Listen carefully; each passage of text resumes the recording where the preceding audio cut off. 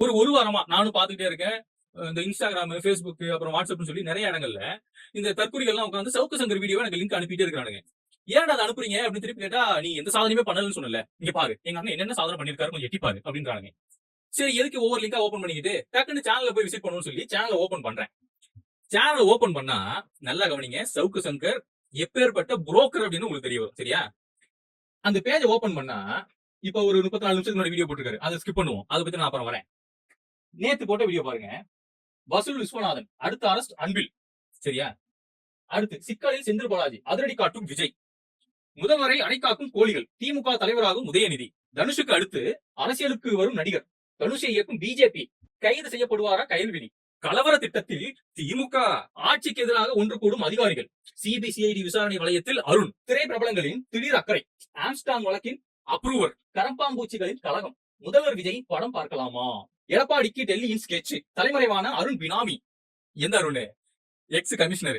சரியா? சென்னையோட கமிஷனர். திமுகவை அடகு வைப்பது எப்படி? தாவேகாவுக்கு எதிராக சிறையில் தீட்டப்படும் திட்டம். தாவேகாவுக்கு எதிராக சிறையில் தீட்டப்படும் திட்டம். பழனி நிலம் பகீர் சதி. அட்வான்ஸ் வாங்கிய தாவேகா எம்எல்ஏக்கள். விஜயின் விபரீத விளையாட்டு. அமைச்சர்களுக்கு அபாய சங்கு. முதல்வருக்கு சவால் விடும் அதிகாரி. லஞ்சத்திற்கு லாட முதல்வரின் பாடம். கட்டம் கட்டப்படும் அமைச்சர்கள். கண்காணிக்கும் உளவுத்துறை.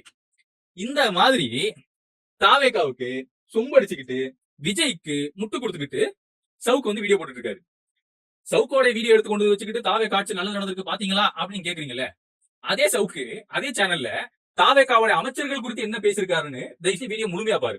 இத்தனைக்கும் சவுக்கு எந்த அளவுக்கு ஒரு ஃப்ராடுனா, சமீபத்துல எக்ஸ் கமிஷனர் அருண் இருக்காருல்ல, அவருடைய வீட்டுல வந்து சிபிசிஐடி அப்புறம் இடி எல்லாம் விசாரணைக்கு வந்திருக்காங்கன்னு ஒரு போல். என்னடா இது உண்மையா அப்படின்னு நினைச்சிட்டு இருந்தோம்னா, திடீர்னு பார்த்தா செய்தி ஊடகங்கள்லாம் பரபரன்னு கிளம்பி போய் அருண் அவர்களுடைய வீட்டுல போய் பாக்குறாங்க. அருண் சார் அங்க இல்ல.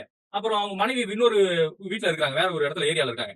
அங்க போய் பார்த்தா இப்பதான் மேடமும் சாரும் ஆபீஸ் கிளம்பி போயிருக்காங்க அப்படின்னு வாட்ச்மேன் சொல்ல போக, இந்த மாதிரி ஏதோ ரைடு எல்லாம் கேள்விப்பட்ட வாட்ச்மேன் பத்திரிகையாளரும் கேட்டிருக்காங்க. இல்லங்க அப்படிலாம் சம்பவம் நடக்கலங்க, அது பொய்யுங்க அப்படின்னு.